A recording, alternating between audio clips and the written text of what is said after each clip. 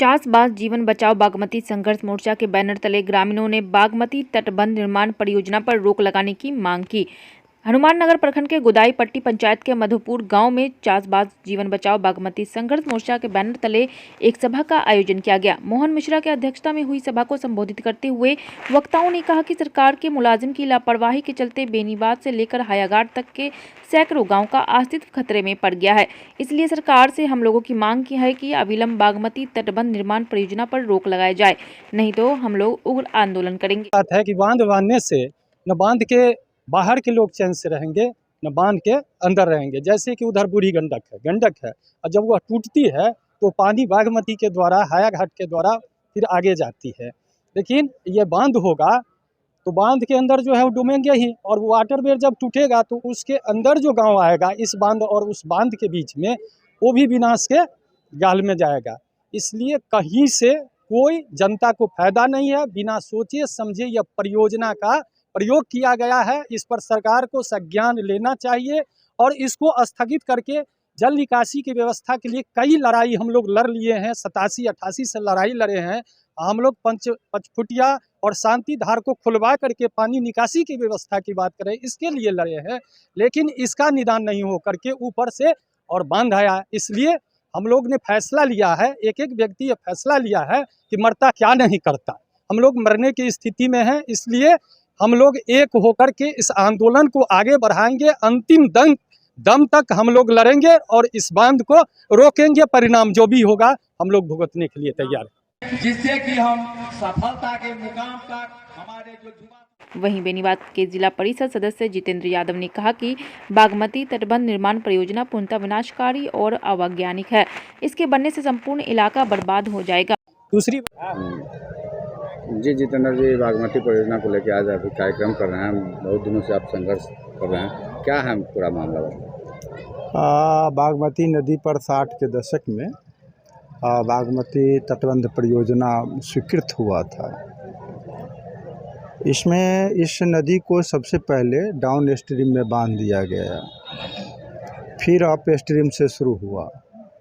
लेकिन नदी विशेषज्ञ, जल विशेषज्ञ, जल संसाधन विभाग के इंजीनियरों ने कहा कि बीच के इलाका में चूँकि नदी अस्थायी रूप ग्रहण नहीं किया है और ये कठोता नुमा है, इसलिए बांध बांधना यहाँ खतरनाक है, इसलिए इस बीच के हिस्सा को छोड़ दिया गया था। 2006 से सरकार ने फिर दोबारा बांध बांधने के लिए एक टेंडर किया और वो बांध बांधते हुए कटरा तक चली आई।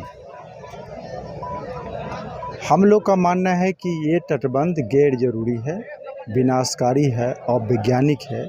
इसको बंधने से संपूर्ण इलाका तबाह बर्बाद हो जाएगा और इसके लिए हम लोगों ने इस बांध के खिलाफ 2011 से ही आंदोलन शुरू किया। आंदोलन जब अपनी तीव्रता पर 17 में पहुंचा तो नीतीश जी के आदेश पर, उसके निर्देश पर रिव्यू कमेटी बनी। जो हम लोग कह रहे हैं वो बात सही है कि नहीं।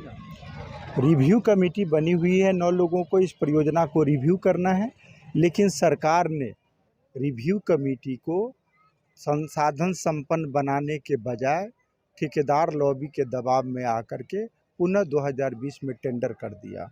उसके खिलाफ हम लोग ने ज़बरदस्त आंदोलन चलाया और हम लोगों ने बांध नहीं बांधने दिए। लेकिन फिर हम लोग देख रहे हैं कि पिछली सरकार की अंतिम जो कैबिनेट की बैठक थी उसमें बेनीबाद से हायाघाट तक तटबंध निर्माण के लिए पैसे जारी कर दिए। तो इस तटबंध से 70 गांव डूब क्षेत्र हो जाएंगे, लाखों हेक्टेयर ज़मीन बालू के ढेर में तब्दील हो जाएंगे। इतने तबाही बर्बादी के बावजूद भी इस इलाका को, संपूर्ण जो बागमती क्षेत्र है, इसका कोई कल्याण नहीं होने वाला है, बल्कि संपूर्ण इलाका तबाह बर्बाद हो जाएगा। तो इस तटबंध को नए सिरे से रिव्यू करने की मांग हम लोगों की पुरानी मांग है। सरकार भी इस मांग को मान चुकी है, लेकिन अभी तक रिव्यू नहीं करवाई है। हम लोग का फर्स्ट मांग है कि इस बांध का रिव्यू हो, रिव्यू के बाद ही इस बांध पर कुछ सोचा जाएगा। इसके लिए हम लोग आंदोलन फिर से जो है शुरू किए हैं और आज यहाँ सभा हो रही है। 16 तारीख को बेनीबाद में एक बहुत बड़ी विशाल सभा है। इसके बाद फिर हम लोग जी सर, बागमती तटबंध निर्माण नहीं हो इसके लिए ग्रामीण जो है आंदोलन की रूपरेखा तैयार कर रहे हैं। आपका क्या मानना है, कैसा प्रोजेक्ट है, इसका दुष्परिणाम क्या होने जा रहा है?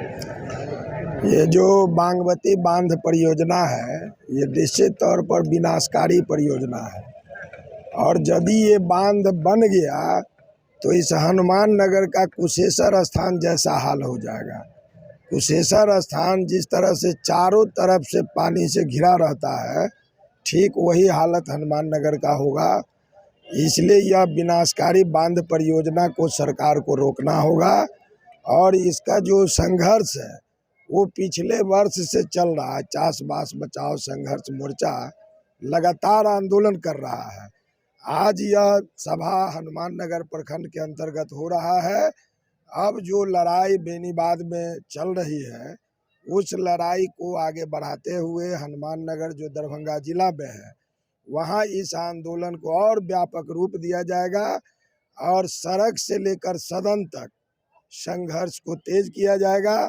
सरकार को विनाशकारी बांध परियोजना को रोकना होगा और विशेष जल प्रबंधन नीति सरकार को बनाना चाहिए ताकि पानी का बहाव को क्लियर बनाया जा सके। कई नदियां हैं जिसके मुहाने को रोक दिया गया है, जिस वजह से कह लीजिए आप अगर हनुमान नगर में देखिए हाया घाट में, तो बेनीबाद से अगर अध्ययन किया जाए तो हाया घाट में अगर चले जाइए तो पता चलता है कि सरकार जल जमाव में लोगों को डुबा करके ही मार देना चाहती है।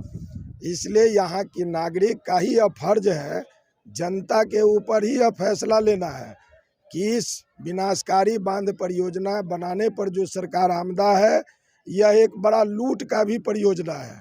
इसलिए इसको नहीं बनने देने के लिए एक विराट आंदोलन की ज़रूरत है और वह आंदोलन निश्चित तौर पर खड़ा होगा। उस आंदोलन को हम सब लोग मिलकर के खड़ा करेंगे और इस विनाशकारी बांध परियोजना को सरकार को बदलने के लिए हम लोग बाध्य करेंगे। नहीं है, ये निश्चित रूप से हम लोग जो बांध के अंदर में जो गांव आ रहे हैं, लोग आ रहे हैं, काल के गाल में हम लोग समाने के लिए जा रहे हैं। यहाँ से हम लोग प्रवासी हो जाएंगे। दूसरी बात है कि बांध बांधने से न बांध के बाहर के लोग चैन से रहेंगे, न बांध के अंदर रहेंगे। जैसे कि उधर बूढ़ी गंडक है और जब वह टूटती है तो पानी बागमती के द्वारा, हाया घाट के द्वारा फिर आगे जाती है। लेकिन ये बांध होगा तो बांध के अंदर जो है वो डूबेंगे ही, और वो वाटरवे जब टूटेगा तो उसके अंदर जो गांव आएगा इस बांध और उस बांध के बीच में, वो भी विनाश के गाल में जाएगा। इसलिए कहीं से कोई जनता को फायदा नहीं है। बिना सोचे समझे यह परियोजना का प्रयोग किया गया है। इस पर सरकार को संज्ञान लेना चाहिए और इसको स्थगित करके जल निकासी की व्यवस्था के लिए कई लड़ाई हम लोग लड़ लिए हैं। 87-88 से लड़ाई लड़े हैं हम लोग। पचफुटिया और शांति धार को खुलवा करके पानी निकासी की व्यवस्था की बात करें, इसके लिए लड़े हैं। लेकिन इसका निदान नहीं हो करके ऊपर से और बांध आया। इसलिए हम लोग ने फैसला लिया है, एक एक व्यक्ति ये फैसला लिया है कि मरता क्या नहीं करता। हम लोग मरने की स्थिति में हैं। इसलिए हम लोग एक होकर के इस आंदोलन को आगे बढ़ाएंगे। अंतिम दम तक हम लोग लड़ेंगे और इस बांध को रोकेंगे। परिणाम जो भी होगा हम लोग भुगतने के लिए तैयार हैं। मदन कुमार झा।